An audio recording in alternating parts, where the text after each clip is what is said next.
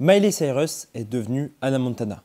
Puis, Hannah Montana est devenue Miley Cyrus. Depuis 10 ans, la transition opérée par l'artiste pop a choqué de nombreux observateurs. Pourtant, les différents scandales, dérapages et changements artistiques étaient nécessaires à la naissance de Miley Cyrus telle qu'elle est aujourd'hui. Mais alors, comment une star Disney Channel, qui avait tout pour réussir, a-t-elle pu à ce point saboter son image? Et comment, contre toute attente, ce sabotage s'est révélé bénéfique pour elle, mais également pour les futures générations qui la suivront. Pour comprendre cela, je vais d'abord devoir revenir sur sa carrière de manière chronologique. En 2006, la série Disney Channel Hannah Montana débute. Elle raconte l'histoire de Miley Stewart, une jeune fille moyenne qui a en réalité une double identité sous le nom d'Hannah Montana, une grande star de la pop. La série suit donc le personnage à travers différentes péripéties, et notamment dans sa quête de garder son identité secrète auprès de ses proches. Et oui, si je change quelques mots, je viens de vous résumer Spider-Man, mais c'est pas le sujet.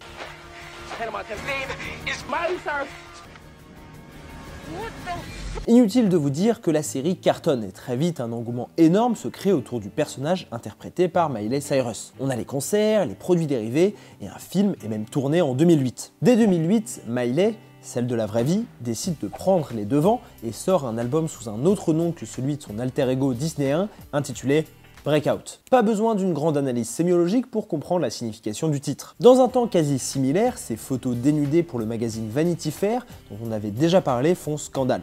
The Disney Channel, which broadcasts Hannah Montana, is not happy about the photos, telling us, quote, "Unfortunately, as the article suggests, a situation was created to deliberately manipulate a 15-year-old in order to sell magazines." On notera tout de même qu'elle connaît son premier carton solo avec Party in the USA, qui est malgré tout à relativiser, puisqu'elle n'a pas écrit le morceau et qu'elle ne l'apprécie pas spécialement en vérité. Bref, en 2010, la dernière saison d'Hannah Montana, titrée Hannah Montana Forever, est diffusée et Miley Cyrus se concentre alors pleinement à sa carrière solo. Elle sort la chanson Can't Be Tamed et un album éponyme. Dans le même temps, elle joue dans un film plus mature intitulé The Last Song en compagnie de son futur ex-mari Liam Hemsworth. Ces deux projets seront des échecs. Son album ne se vend pas énormément et le film est décrié par la critique. Une peur va alors s'emparer de Miley Cyrus. Et si elle n'atteignait jamais à nouveau le niveau de popularité qu'elle avait eu avec Hannah Montana? Et si, comme de nombreux enfants stars avant elle, elle était destinée à tomber dans l'oubli et n'en ressortir qu'à l'occasion des fameux articles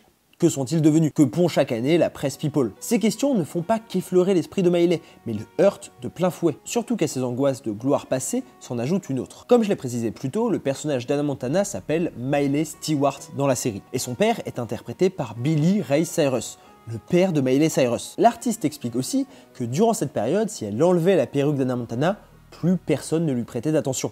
Elle redevenait une jeune fille classique. Je pourrais continuer pendant très longtemps d'énumérer les parallèles qui existent entre la série et la vraie vie de Miley Cyrus, mais il est clair qu'Hannah Montana était autant Miley Cyrus que l'inverse. L'aspect méta de la série lui donnait quasiment un aspect de télé-réalité, mais a surtout participé à faire perdre complètement la notion du réel et du succès à Miley. Les acteurs, surtout jeunes, qui jouent pendant longtemps un même rôle très populaire, ont souvent du mal à s'en détacher et acceptent difficilement le fait d'être connus uniquement pour le personnage, et non pas pour qui ils sont. Mais avec Hannah Montana, la frontière est encore plus floue.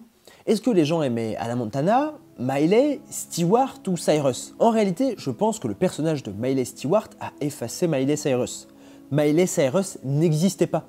Elle trouvait simplement un écho dans la création montée de toutes pièces par Disney qu'était Hannah Montana. C'est donc assez logiquement que, comme elle l'expliquait, en enlevant sa perruque et le nom de son personnage, Miley s'est retrouvée face à un public assez indifférent. There was, the way that kids would react at these like Hannah shows versus when I was myself and I would meet fans out. It was different. Elle avait alors peur de ne pas être à la hauteur de son succès passé, mais également de ne pas être à la hauteur du succès de son personnage dans la série. Pour cela, elle a décidé de faire table rase du passé. L'ère Bangers est arrivée aux alentours de 2013 et avec elle son lot de provocations, de drogue, de wrecking ball ou encore de performances de twerk en sous-vêtements aux MTV Awards. Les gens ont vu ça comme la fin de Miley Cyrus, la preuve qu'elle était simplement une artiste qui allait tomber dans l'oubli et qui essayait de s'acheter un dernier moment de gloire en faisant scandale. Alors qu'au contraire, c'était sa naissance. Brianna, if this performance had a name, it'd be called Hannah Montana's Musical Meltdown.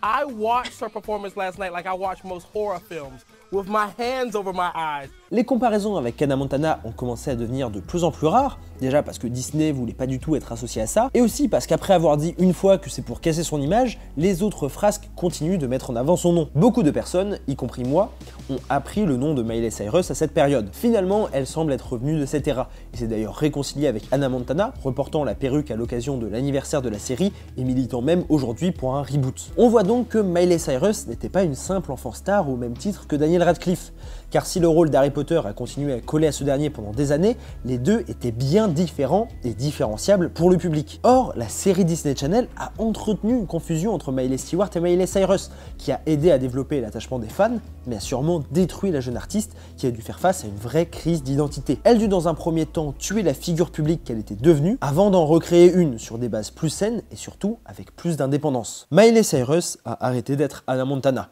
et Hannah Montana est devenue Miley Cyrus.